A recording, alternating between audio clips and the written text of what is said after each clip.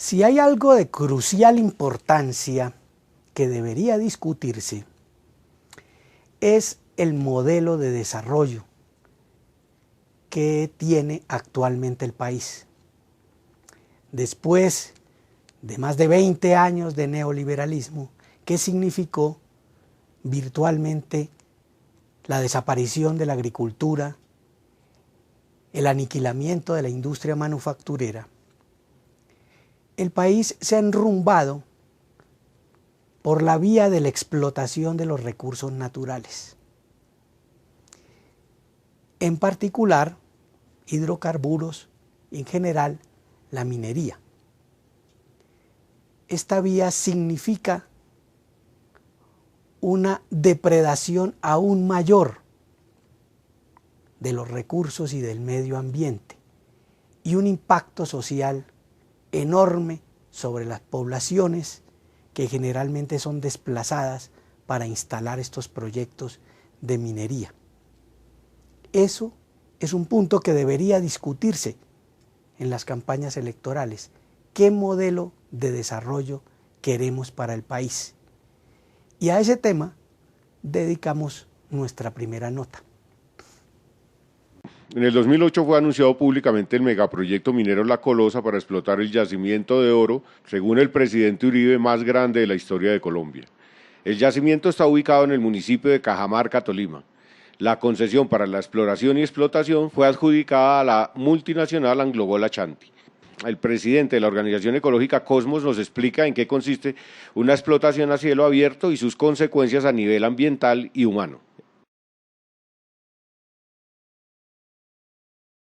Las principales minas de oro en el mundo se están agotando o están agotadas. Son esas minas donde el oro estaba más o menos choto, como decimos nosotros, o sea, pulpito, fácil de sacar, pepas grandes, vetas grandes, o áreas a la orilla de los ríos, que era donde se hacía la explotación de aluviones o de ir a mazamorrear o con máquinas grandes también sacar el oro de allí, que se había acumulado durante miles de años. Como todo eso se ha acabado, ahora de lo que se trata es de extraer partículas casi o microscópicas incluso, que se encuentran muy dispersas en material del subsuelo. Es cuando entra en juego los desarrollos tecnológicos, las grandes máquinas y la química.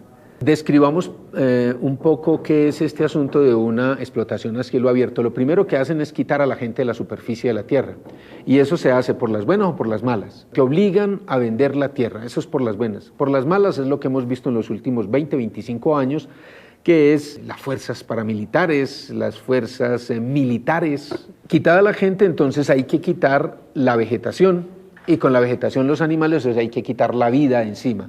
El suelo hay que quitarlo también porque ahí no está el oro. Hay que despejar, y estamos hablando de áreas de centenares de hectáreas. Luego se llega al subsuelo, se quiebra con dinamita, se saca eso en volquetas muy grandes de 300 toneladas, se lleva a unos molinos, se muele, se vuelve polvo, se impermeabilizan unas áreas y sobre ellas se hacen montañas de ese material molido y se riega cianuro durante semanas o meses por encima de esas montañas. El cianuro atrapa las partículas microscópicas de oro. Eso va a dar a lo que se llaman unos lagos o estanques de descole. De allí se toma, se trata con carbono activado, se sale aparte el cianuro. Ese cianuro se toma con motobombas y se sigue rociando por encima, etc. Al cabo de 12, 15, 20, máximo 25 años, una mina de estas se agota. La empresa se va y a nosotros nos queda un hueco inmenso, completamente estéril, de donde han desaparecido la vida, el suelo, la gente, por supuesto, las fuentes de agua, montañas de un material saturado de cianuro, las máquinas donde están los molinos, que eso no se lo llevan, las factorías donde se hacen los procesos químicos, que eso no lo llevan, y esos grandes estanques llenos de cianuro, las montañas de material fracturado, molido y saturado de cianuro, van a seguir generando contaminación durante siglos, porque hay otro fenómeno que es el de los drenajes ácidos. todo ese material que antes estaba bajo la tierra, donde hay metales pesados expuestos al aire, a la atmósfera, al clima, generan óxidos de metales pesados, y también el agua lleva metales pesados a las aguas de escorrentía, a las aguas subterráneas y a los suelos también, con el tiempo, con el viento y con las aguas. O sea, es un desastre total. La descripción de eso es terrorífico, y estamos hablando de centenares de hectáreas, y cada mina son centenares de hectáreas. El Código de Minas, que regula la propiedad y explotación del subsuelo en Colombia, en vez de proteger al pequeño minero, de asegurar un respeto al medio ambiente y a los derechos fundamentales de las poblaciones, fue diseñado al tamaño de los intereses de las grandes multinacionales. Hace 13 años el subsuelo era propiedad de la nación, o sea, de todos nosotros.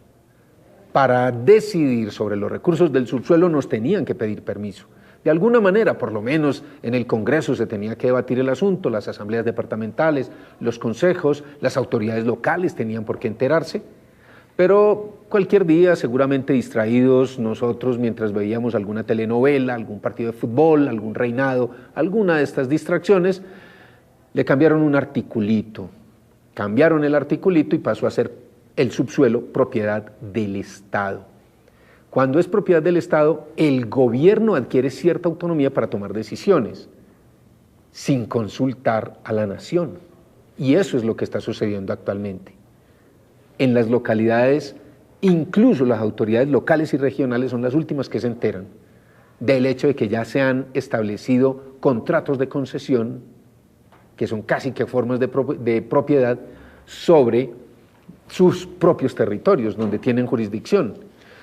El modelo de desarrollo económico pensado para Colombia en los próximos años, basado en la minería, genera mayores niveles de desempleo y la desaparición de la poca industria que le queda a Colombia.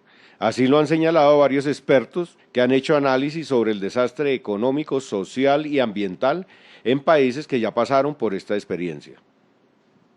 Aunque suene muy radical, en el caso del oro, creo que con el oro que ya se ha extraído y que está ahí sobre la superficie, en las joyas que tienen las personas y todo eso, es suficiente para mucho tiempo, y que no se justifica estar acabando la vida de comunidades, destruyendo la diversidad biológica, la vida, el agua, el paisaje, la belleza del mundo, por sacar unas briznitas de oro de debajo de la superficie.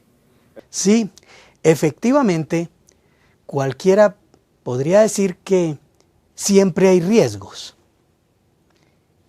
y que si queremos conseguir el desarrollo hay que asumir los riesgos. Pero no es tan sencillo. ¿De qué magnitud son los riesgos? ¿Vale la pena los enormes sacrificios sociales y ambientales que se deben hacer para obtener unos ingresos externos por cuenta de la exportación de recursos naturales? La respuesta parece ser negativa, porque en realidad es un espejismo.